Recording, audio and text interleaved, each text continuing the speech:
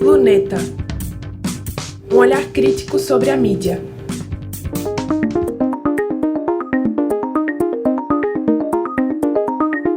Luneta, instrumento de observação que aumenta o campo de visão de quem olha.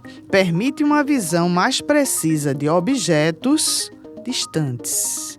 Na astronomia é usada para ver objetos na superfície da Terra, como árvores, pessoas, animais ou os corpos celestes, como planetas, meteoros, satélites. Eu sou Ana Veloso, professora do Departamento de Comunicação da UFPE. No programa de hoje, a gente convida você a desenvolver uma reflexão sobre o poder da mídia e as violações aos direitos humanos. Pegue sua luneta aí e venha com a gente.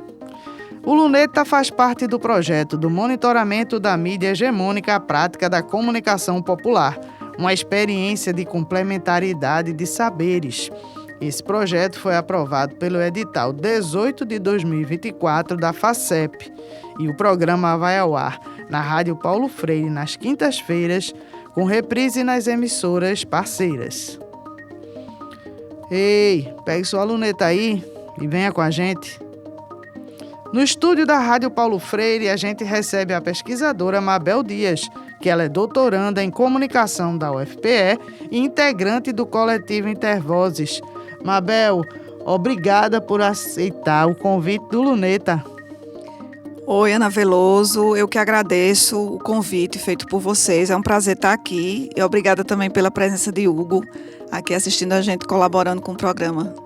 Hugo é o nosso voluntário daqui do Luneta e da Rádio Paulo Freire. Ele é estudante do curso de Rádio, TV e Internet aqui da UFPE. Empresários políticos, donos da mídia, programas de rádio e de TV que violam direitos humanos e uma internet desregulada que abre espaço para discursos de ódio e a propagação da desinformação. Mas a população conhece o poder da mídia? Nossa reportagem foi ao campus da UFPE para saber. Olá para você que está sintonizado na Rádio Paulo Freire. Eu sou Rara Sena e andei pelo campus da UFPE e ruas de Recife para girar a luneta e escutar quem realmente importa, o povo. No nosso quadro Fala Povo, conversei com estudantes e passantes para saber o que eles pensam sobre a mídia e seu poder na sociedade. Então me diz, qual é o poder da mídia? Meu nome é Maria Fernanda, eu sou estagiária no Laboratório de Conservação e Restauro. Muito mesmo, assim. É uma parada que influencia, é um lugar de, assim, internet, assim, é um lugar de muita coisa e tem um poder, assim, sabe? Olá, meu nome é Giovana e eu fiz parte do Laboratório de Bioquímica. Eu acho que ela consegue chegar mais fácil nas pessoas e elas conseguem influenciar os pensamentos dela dependendo da forma que é tratada. Meu nome é Ézio e eu sou químico, sou professor de química hoje. O poder da mídia é de transformar e de criar opiniões novas em cima das pessoas. Ela consegue manipular, né, no meu ver. Meu nome é Rian, eu sou atendente. Poder da mídia? Bem, em relação a mim, eu acredito que a mídia é só em questão de notícia mesmo, né? Não participo da mídia, mas hoje em dia a mídia é algo que é bem abrangente, né? Tanto tem a mídia de noticiário, tanto hoje em dia tem a mídia da galera que se considera influencer, pra gente famosa. A mídia hoje em dia ela é bem abrangente, então eu acho bacana, porque através da mídia a gente consegue saber de notícias, fofocas, tudo isso. E é bom também hoje em dia porque é uma porta de emprego, né? Muita gente aí hoje em dia ganha dinheiro hoje em dia com essa questão de mídia.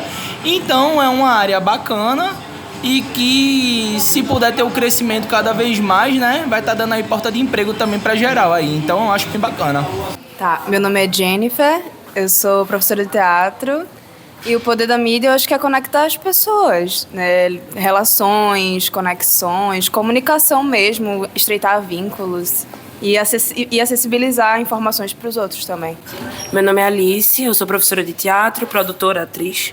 E para mim, eu acho que é principalmente isso que ela falou, né? Acessibilizar conhecimento, democratizar talvez também o conhecimento, enfim, popularizar informações para quem conseguir ver, porque hoje em dia todo mundo tem, né? Internet, acesso à mídia, essas informações. Às vezes dificultar um pouco também, porque fake news tá aí, mas no geral acho que é isso.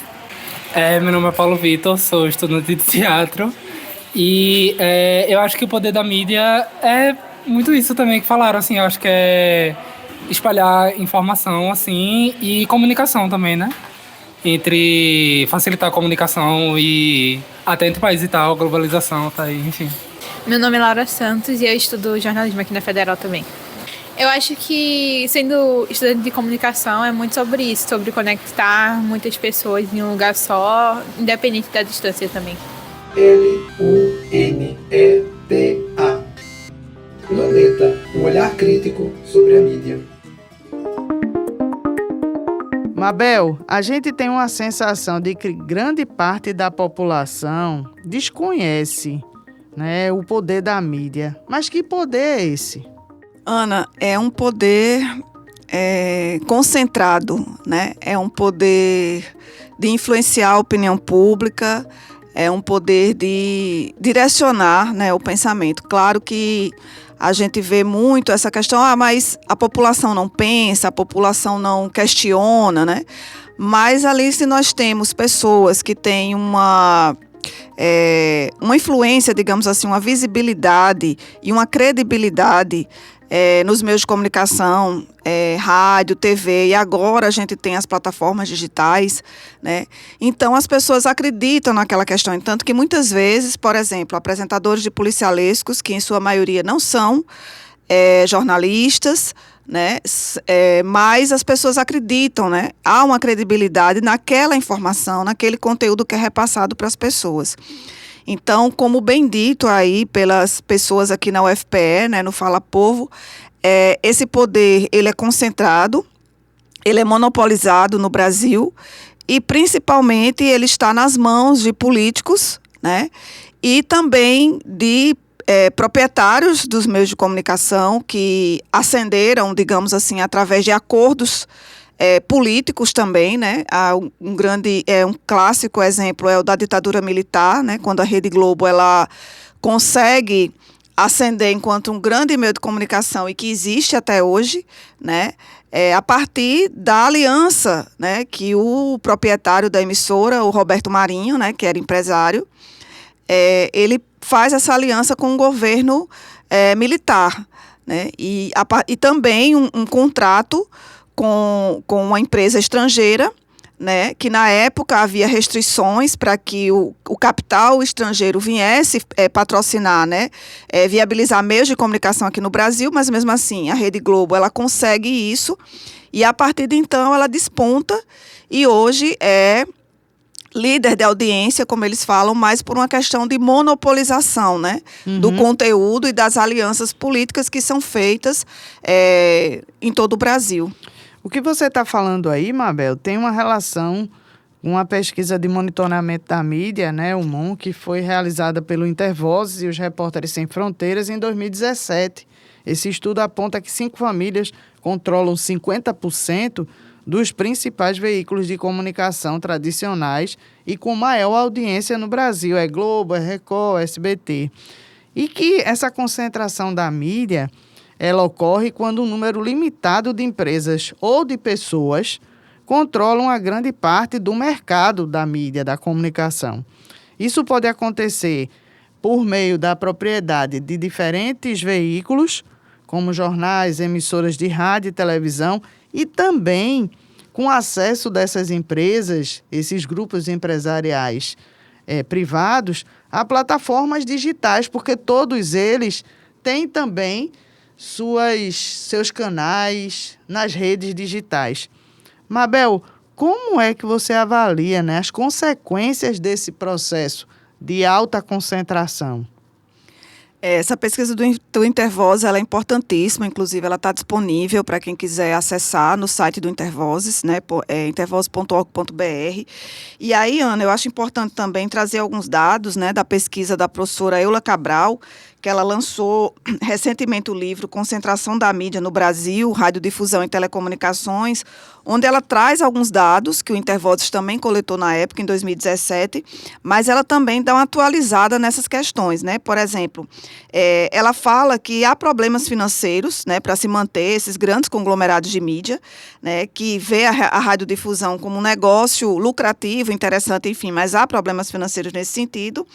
E que a TV aberta e o rádio, apesar da internet e das plataformas digitais, ela está presente em mais de 90% dos lares brasileiros, né? Através desses 5 conglomerados nacionais que você falou, que são privados e públicos, né?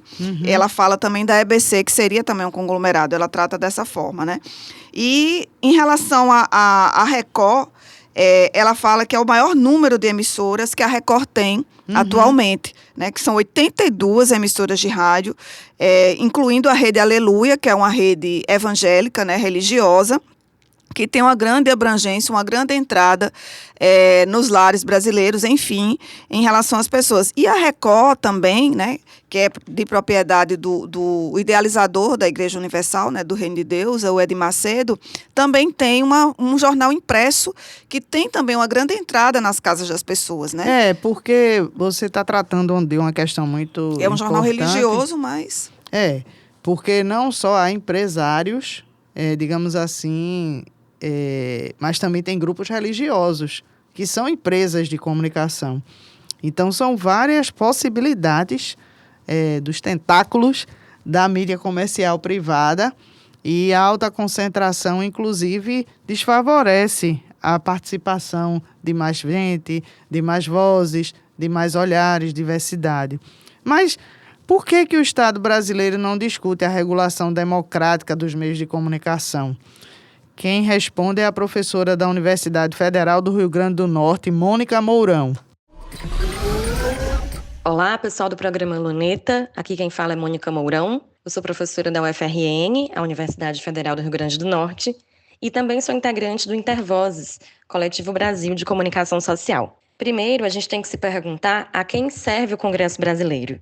Os deputados barraram todas as iniciativas para uma distribuição menos injusta de tributos que são pagos pela população, o que deixa ainda mais evidente que o Estado serve à classe dominante. Sendo assim, no Brasil, não é coincidência que deputados e senadores que definem as leis são também donos, ou amigos, ou parentes dos donos dos meios de comunicação. A gente fala donos, mas muitas vezes eles são concessionários, porque quando se trata de rádio e TV, é como o transporte público, um serviço público, mas que é entregue para ser executado por empresas privadas. Então, entre os donos dos 50 meios com maior audiência no Brasil, encontram-se também empresários de outros setores, como o agronegócio, saúde, educação. Segundo a pesquisa Mon Brasil, de 26 grupos de comunicação do país que têm as maiores audiências, 8 possuem negócios também, por exemplo, no setor financeiro. Por outro lado, a mídia também é trampolim para candidaturas.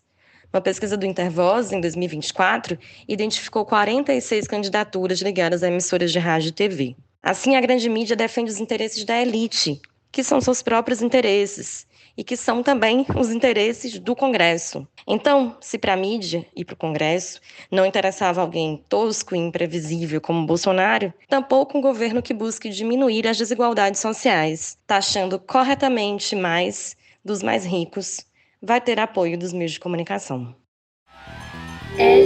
LUNETA. Luneta. Um olhar crítico sobre a mídia. Mabel, você concorda com Mônica Mourão? Sim, com certeza. Ela fez esse apanhado geral e responde, né, esse problema que nós temos hoje, por exemplo, da ausência de pluralidade e de diversidade nos meios de comunicação ditos hegemônicos, né, como rádio, TV, por exemplo. A gente está acompanhando aí toda a construção narrativa, digamos assim, dos meios de comunicação, vamos falar da TV, por exemplo, sobre essa questão da derrubada do Congresso, do decreto, né, do presidente da República, Luiz Inácio Lula da Silva, em relação ao IOF.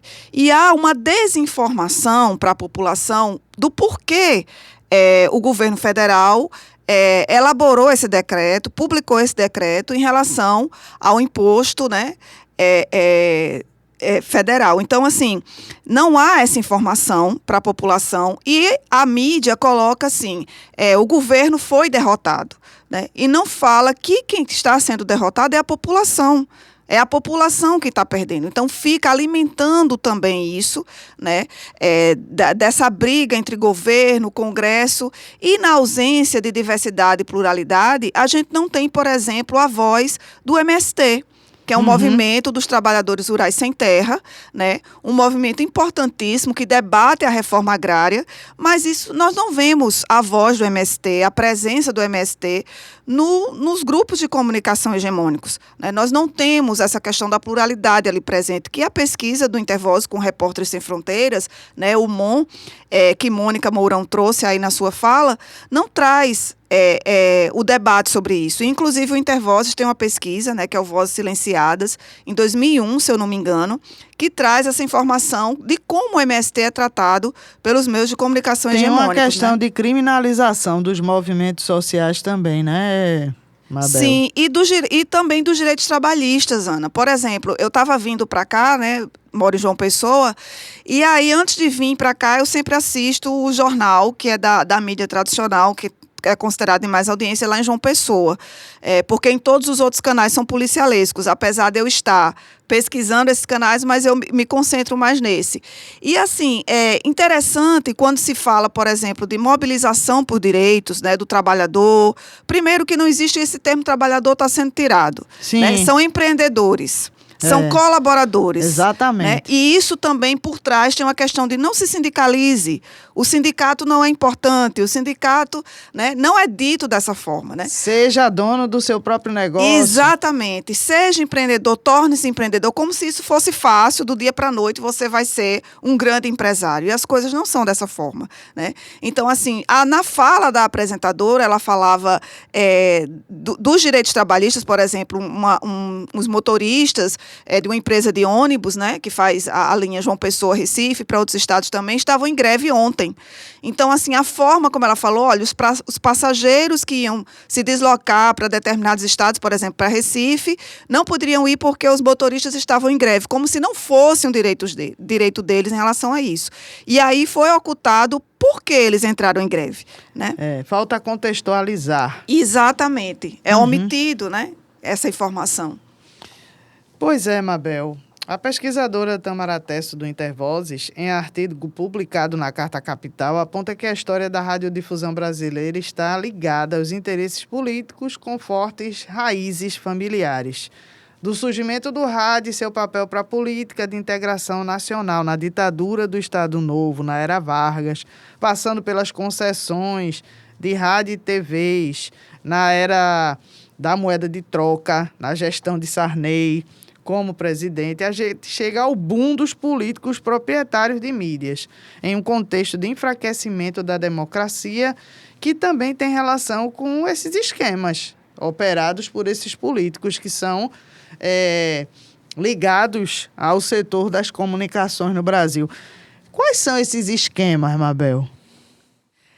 Bom, a Constituição Federal, no seu artigo 54, né, ela diz que políticos não podem ser proprietários de meios de comunicação, né, deputados e senadores.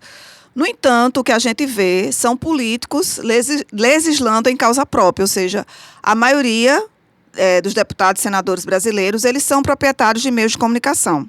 O Intervozes também tem pesquisa nesse sentido, geralmente em período durante as eleições, né? Ano que vem nós teremos eleições majoritárias, né, para presidente, deputado, e o Intervozes tem pesquisa sobre isso que mostram essa concentração, essa propriedade dos meios de comunicação desses políticos, o que é proibido pela Constituição Federal. Mas eles legislam em causa própria, como eu falei anteriormente, e aí conseguem essas concessões, né, que são concessões públicas, ou seja, é de propriedade do povo brasileiro, mas que estão são tornadas concessões privadas, né, em emissoras comerciais nesse sentido. Como também a pesquisadora Ticiane Perdigão, ela fala na sua pesquisa, inclusive na tese sobre os programas policialescos, né, ela faz uma análise de um programa policialesco lá da Paraíba, o Correio Verdade. Ela traz essa questão do familismo e do patrimonialismo. Sim. Que é como foram construídos os meios de comunicação no Brasil, essa moeda do toma lá da cá, né? Um exemplo, por exemplo, o governo Sarney, né? Ele queria ficar 5 anos no poder e aí dialogou com o Congresso e disse, olha, eu te dou outorgas, né, para os deputados e senadores e vocês votam para que eu consiga ficar 5 anos no poder. Então, infelizmente, é dessa forma que as coisas caminham, né? Os meios de comunicação são moedas de troca, né? E como Mônica bem falou, por isso que nós vemos essa atual concentração dos meios de comunicação e os conteúdos que são veiculados nesses meios de comunicação, Sim. Que não informam adequadamente a população, que fica à mercê, que fica refém dessa concentração de conteúdo e essa concentração geográfica também, né? Porque as cabeças de rede, que são 5 emissoras, ficam principalmente no Rio de Janeiro e São Paulo. Então, o filtro, a informação, ela vem de acordo com a concepção das empresas que estão lá nesses centros, diferente do que é aqui de Pernambuco, diferente do que é na Paraíba, do Rio Grande do Norte. Né? Então, a gente fica refém a questão disso. da regionalização também fica comprometida, porque Bastante. Tem um projeto engavetado há mais de 20 anos, que é de que o conteúdo regional deve ser correspondente a 40% do que é veiculado nas emissoras. E no caso de televisão, de rádio. E isso a gente não tem essa discussão. Em outro artigo publicado na Carta Capital, o pesquisador Alex Hercog, do Intervozes, aponta que ao menos 40 municípios brasileiros contam com políticos donos de mídia e que esses políticos participaram ativamente das eleições em 2024, ano passado. Recente. Então, essa pesquisa do Intervozes identificou 46 candidaturas ligadas a emissoras de rádio e TV. 14 dessas candidaturas são de proprietários de mídia.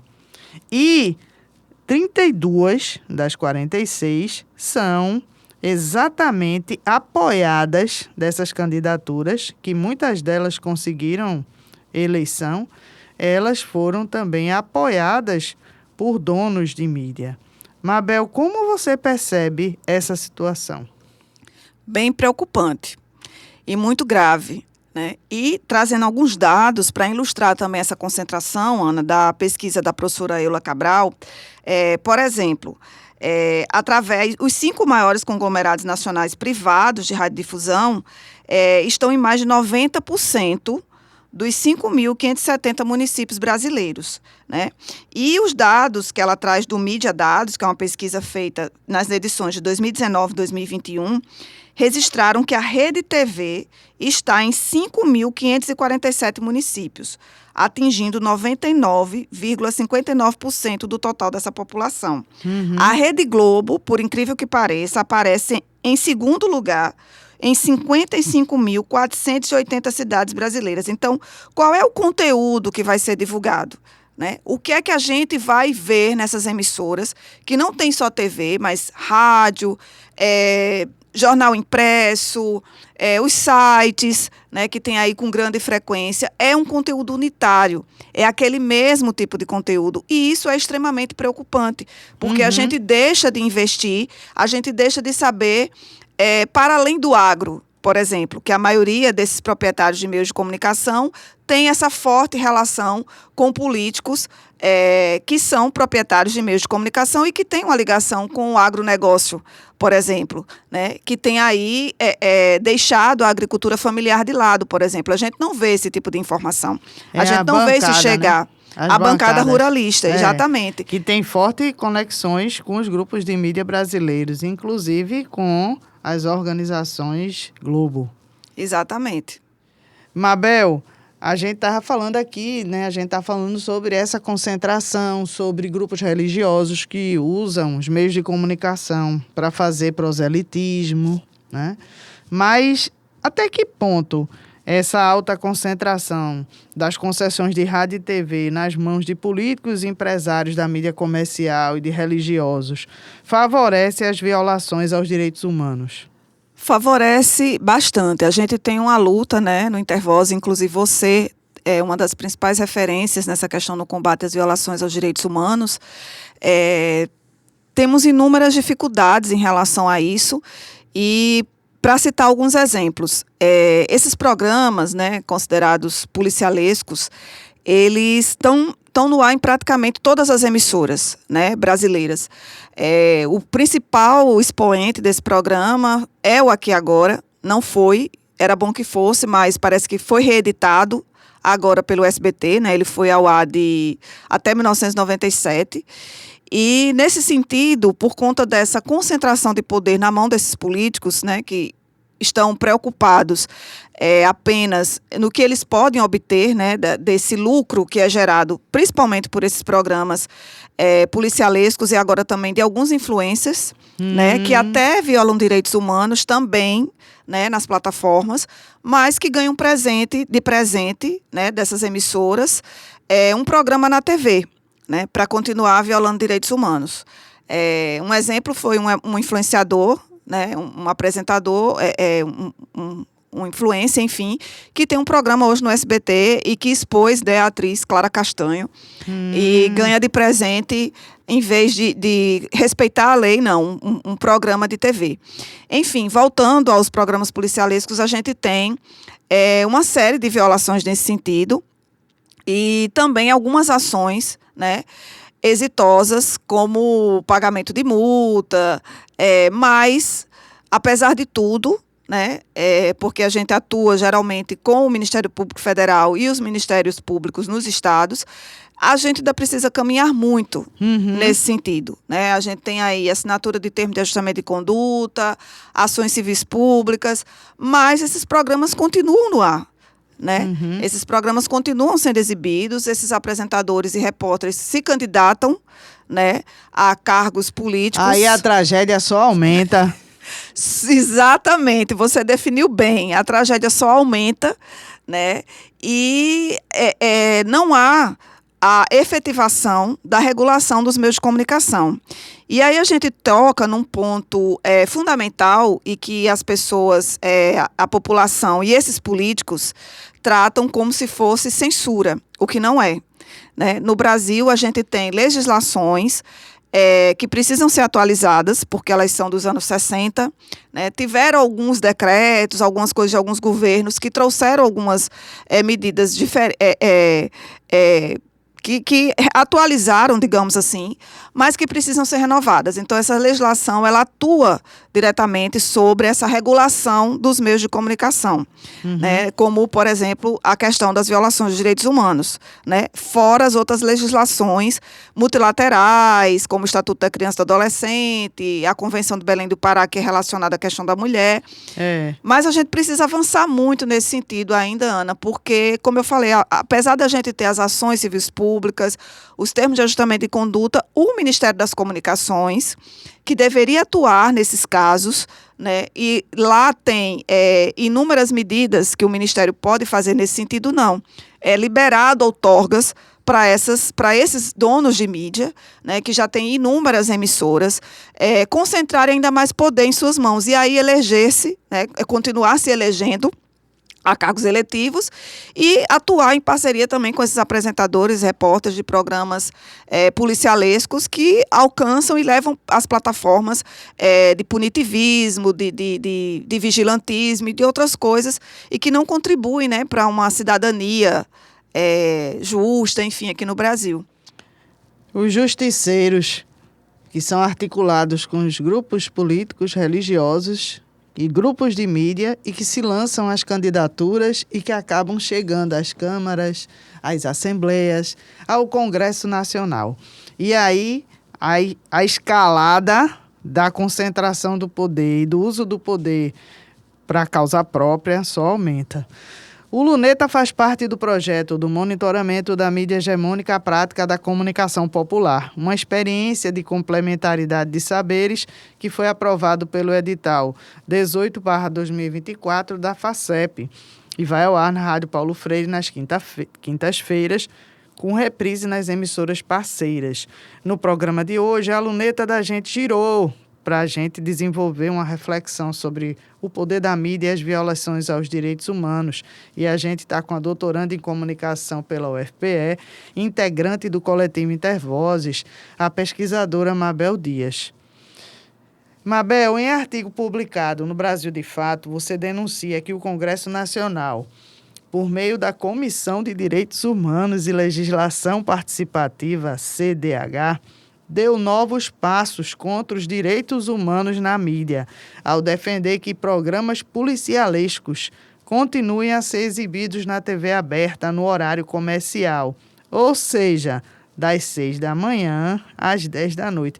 Gente, essa luta é muito antiga, né? Para a gente conseguir que esses programas não sejam exibidos nesse horário comercial, por conta das cenas de violência, de sangue, de violações de direitos e perseguições policiais, etc. Além disso, né, o relator da proposta, senador Eduardo Girão, do Novo do Ceará, arquivou o documento que propunha a transmissão desses programas só após as 10 horas da noite. O principal argumento do senador foi a defesa da liberdade de expressão. Mabel, a liberdade de expressão não tem limite, não? Tem limite, né, aqui no Brasil, porque o que esses programas fazem, como você bem disse, são violações dos direitos humanos, de crianças e adolescentes, de mulheres, de pessoas idosas, né, e um estímulo à violência, né, ao justiçamento.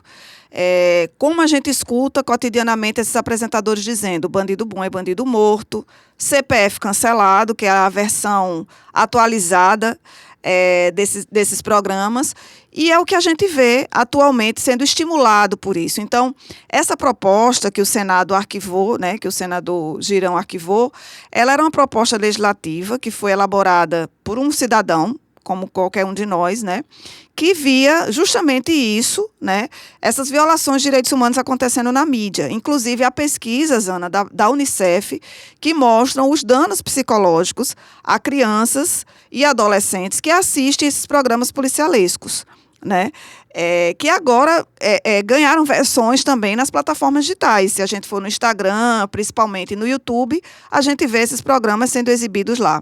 Uhum. Então, essa pessoa, ele fez uma proposta legislativa em 2022, né, teve mais de 20 mil assinaturas, mas mesmo assim o Congresso, ele não levou adiante. Esses programas, eles continuariam sendo produzidos, continuariam sendo divulgados, mas depois das 10 horas da noite, porque pelo conteúdo que eles divulgam, né, de sensacionalismo, de pânico, de violência mesmo, que eles divulgam em relação a isso.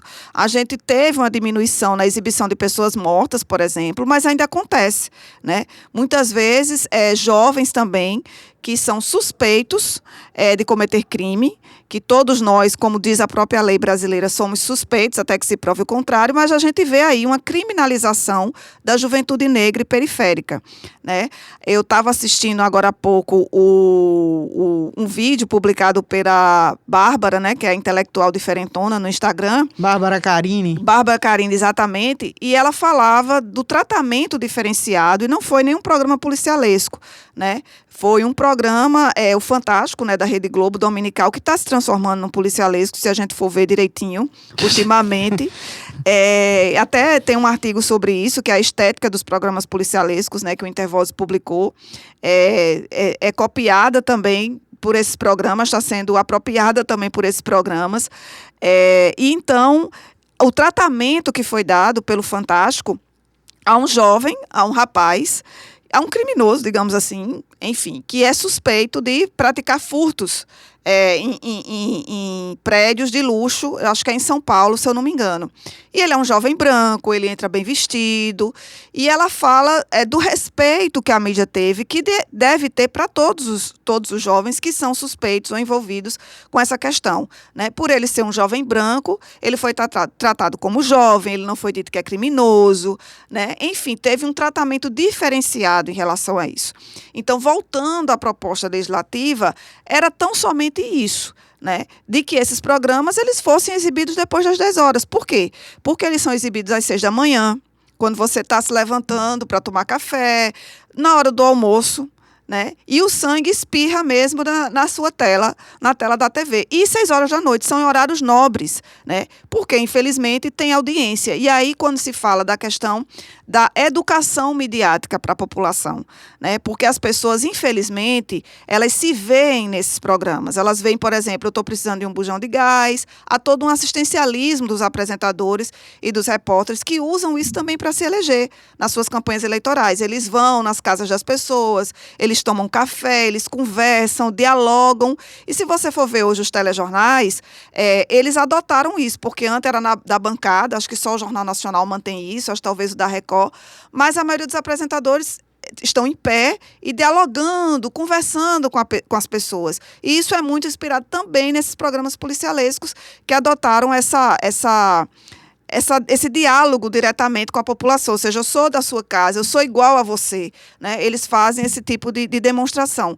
Daí essa defesa das pessoas desse programa, e a liberdade de expressão, como você falou, ela tem sim limites, né? Não pode ser uma liberdade de expressão, ela vai até um determinado ponto, né? Principalmente quando ela viola direitos humanos, não é liberdade de expressão.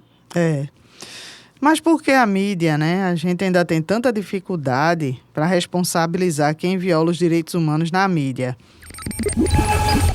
Eu sou Patrícia Paixão, jornalista, pesquisadora nos campos da comunicação, mídia, direitos humanos e decolonialidade. Por que é tão difícil punir a mídia quando ela viola direitos humanos? Porque quando a gente fala em mídia, a gente está falando de um sistema que é imbricado aos poderes religiosos, políticos e econômicos. Então, a mídia ela é blindada, tal como esses poderes também são blindados. É muito difícil que as leis cheguem nas elites, a gente sabe disso ainda no nosso país. Quando a gente tem alguma denúncia em relação à mídia, sempre há uma série de obstáculos para a gente chegar a alcançar uma punição. Somado a isso, nós temos a Constituição de 1988, nós temos o capítulo 5º da comunicação social, que não foi regulamentado como deveria ter sido pós promulgação da Constituição. Nosso capítulo é um dos que não tiveram um encaminhamento, né, um desdobramento com outras leis que dessem suporte à punição, o próprio funcionamento dos meios de comunicação. Destaco nisso programas policialescos que violam cotidianamente direitos humanos, sobretudo das mulheres, dos LGBTQIAPN+, das pessoas negras, e que não há qualquer punição em relação a esses absurdos.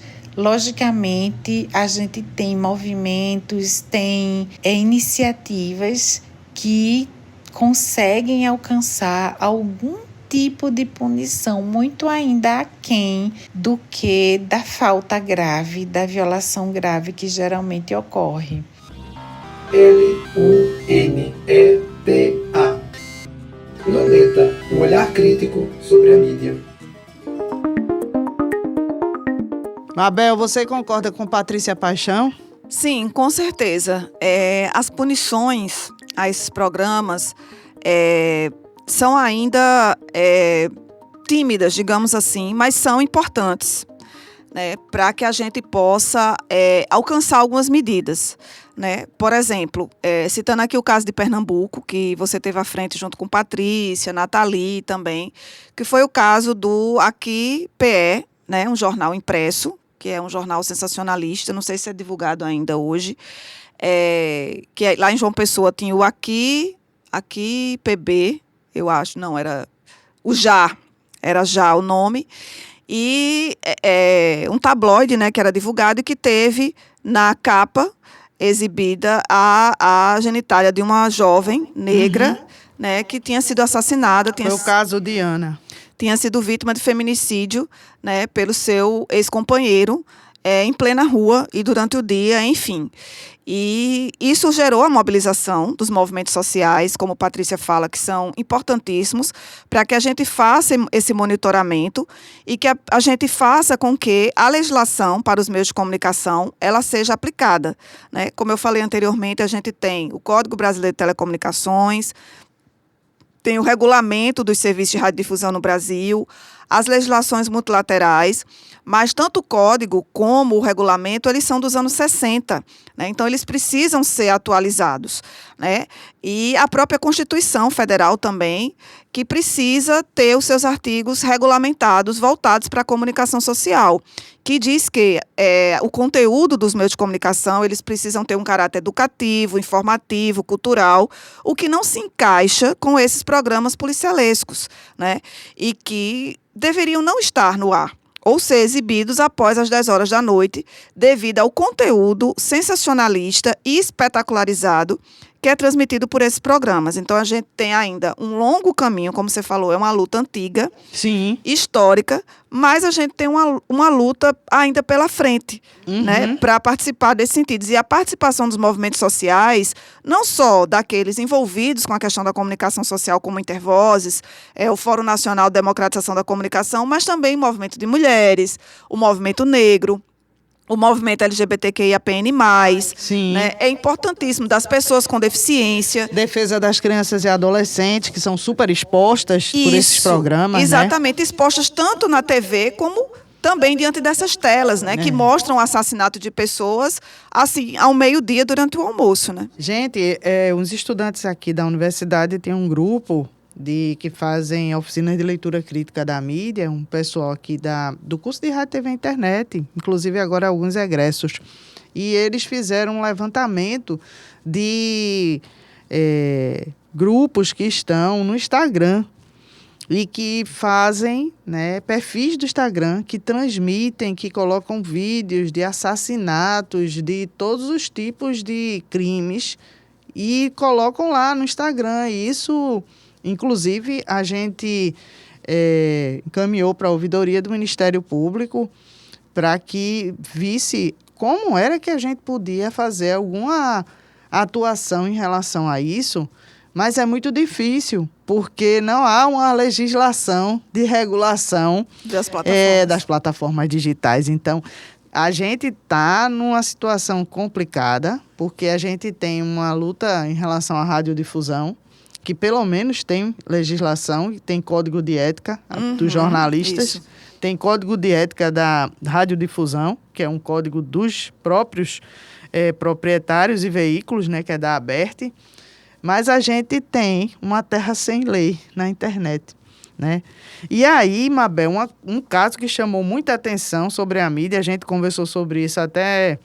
na semana passada, foi na última quinta, a TV Aratu, que é retransmissora da SBT da Bahia, ela mostrou ao vivo a fuga de um suposto assaltante lá na BR-324, lá na Bahia. Enquanto a transmissão prosseguia, o apresentador da emissora perguntou se o repórter que estava entrando para participar da transmissão, né, pela cobertura do caso, ele estava em cima de uma moto, comandando que se chama algo de Motolink. E o apresentador, perguntou para o repórter, você está armado? Perguntou se ele podia trocar tiros com o suposto assaltante. Mabel, como é que você analisa esse tipo de cobertura?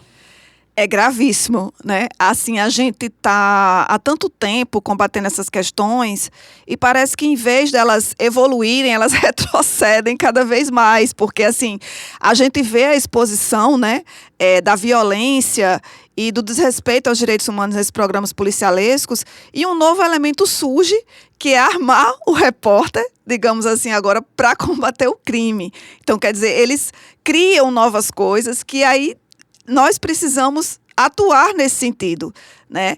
É mais um desafio para a gente que atua no direito humano à comunicação, ver como agir nesse sentido, né? E isso é estimulado pelos proprietários dos meios de comunicação, né? Que, como a gente falou anteriormente, tem ligação com grupos políticos, ou são os próprios políticos, né? Que às vezes colocam no nome da esposa, no nome da mãe, no nome de um tio, de um primo, os meios de comunicação, porque sabem que deputados e senadores não podem ser proprietários de meios de comunicação.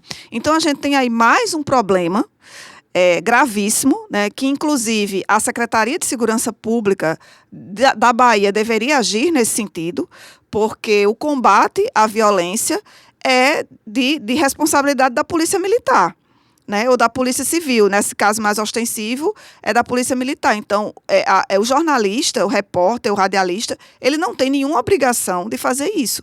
Mas é mais uma questão de mídia, né, de audiência, para você prender o telespectador, que é a característica desses programas, é a repetição de uma mesma imagem, a repetição de falas. Eu vou exibir isso, eu vou falar aquilo, e agora traz esse novo elemento de armar o repórter para trocar tiro, né? E os sindicatos estão, de lá da Bahia, né? Os sindicatos jornalistas, radialistas, estão, assim, indignados com esse tipo de procedimento e estão alegando que também é uma violação aos direitos trabalhistas. Enfim, essa é o cenário, viu, gente? O cenário da comunicação no Brasil. Mas, Mabel, a gente tem uma concepção muito importante, porque nós estamos aqui discutindo mídia, poder e violações, mas a gente tem a concepção da comunicação como direito humano. Por isso que a gente traz esse debate. Porque para o Intervozes, por exemplo, a comunicação como direito humano, ela tem uma relação com uma sociedade justa, igualitária e sem opressões.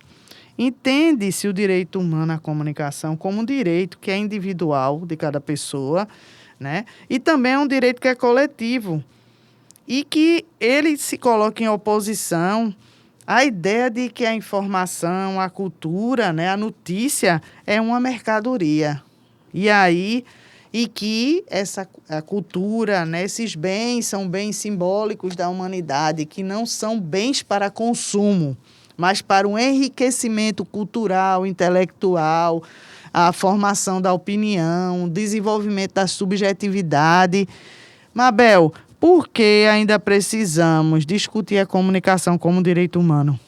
Por conta de todas essas questões que nós falamos aqui e isso que você disse, né? De termos digamos assim, uma distorção da concepção do que é a comunicação, do que é o jornalismo, né? Antes de entrar aqui no estúdio, eu estava dando uma olhada no Instagram também, e além de ver o vídeo da Bárbara Carini, também vi um portal de notícias lá de João Pessoa, que ele publicou um trecho de um vídeo, né, da manifestação, mais uma manifestação golpista que teve lá na Avenida Paulista esse final de semana, né? E aí um homem que se diz pastor, né, chamou a direita, o campo político da direita, de forma pejorativa, né? Inclusive, enfim, não vou citar os nomes aqui, mas para você ver o conteúdo que é divulgado pelos meios de comunicação. E aí eu, conversando com uma amiga minha, publiquei lá no grupo de jornalistas que a gente tem em João Pessoa, e ela disse, mas é isso que traz audiência, né?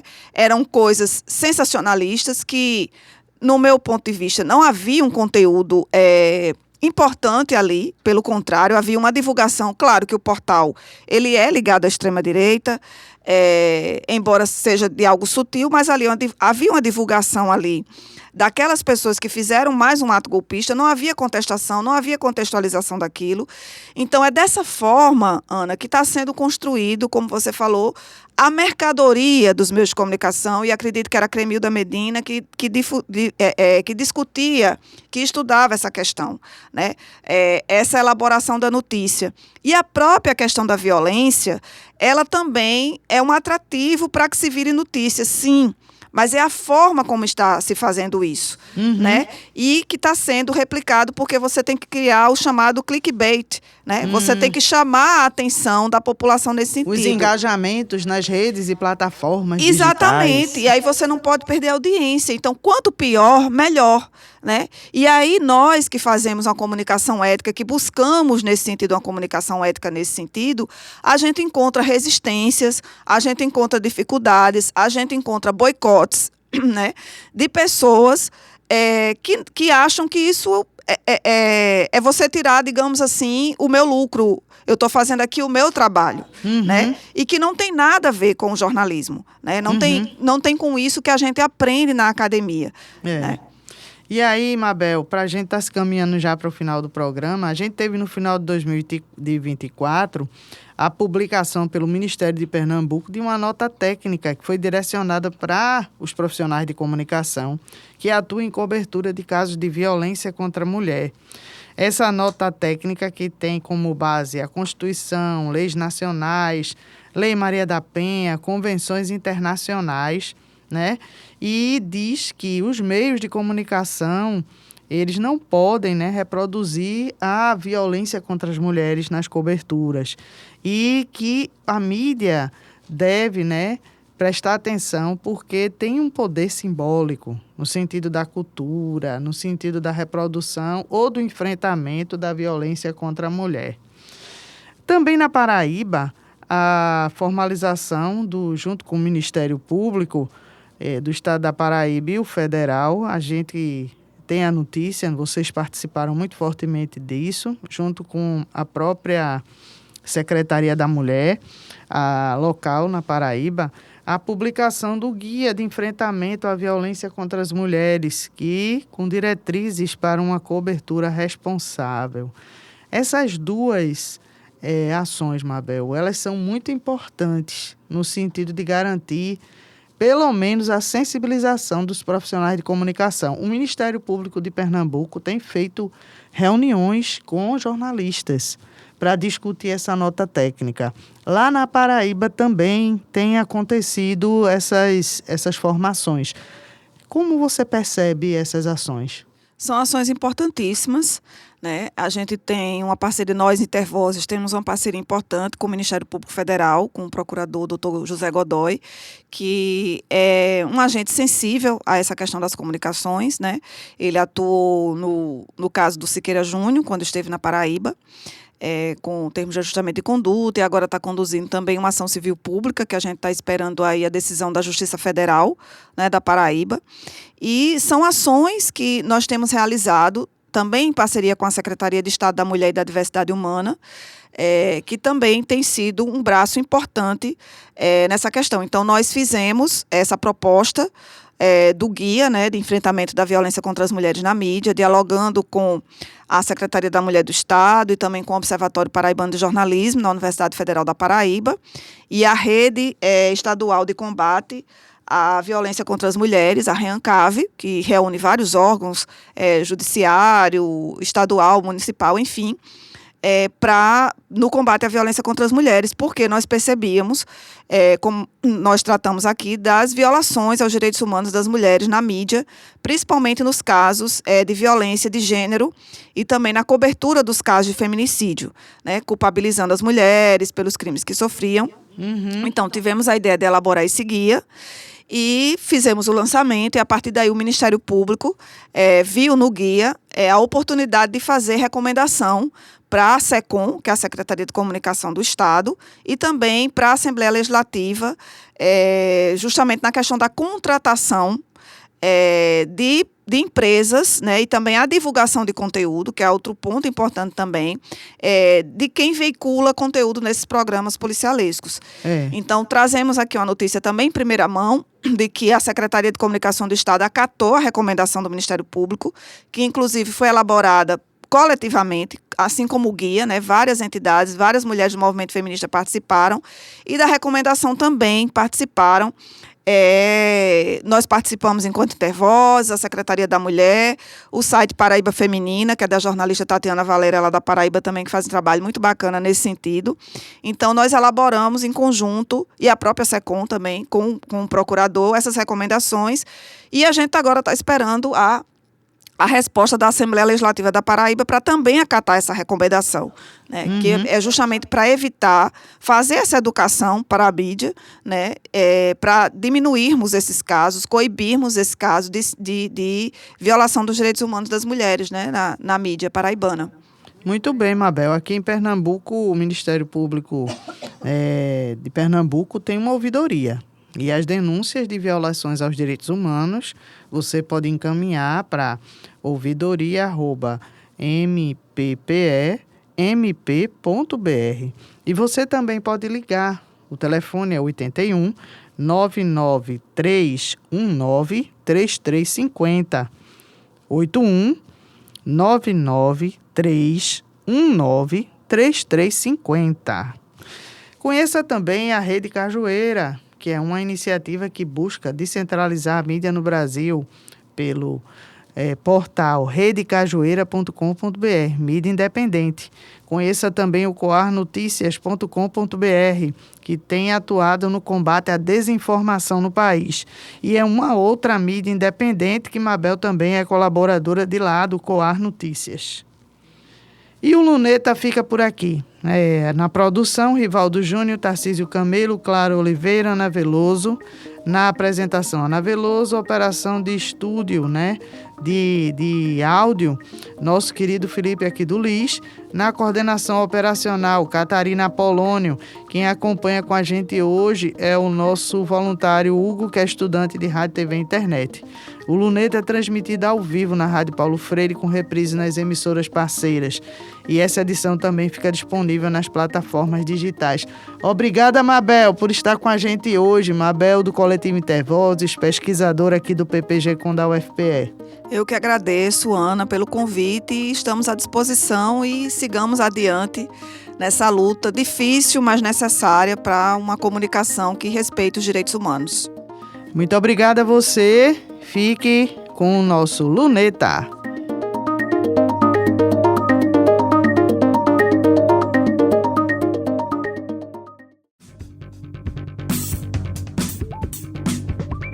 Luneta. Um olhar crítico sobre a mídia.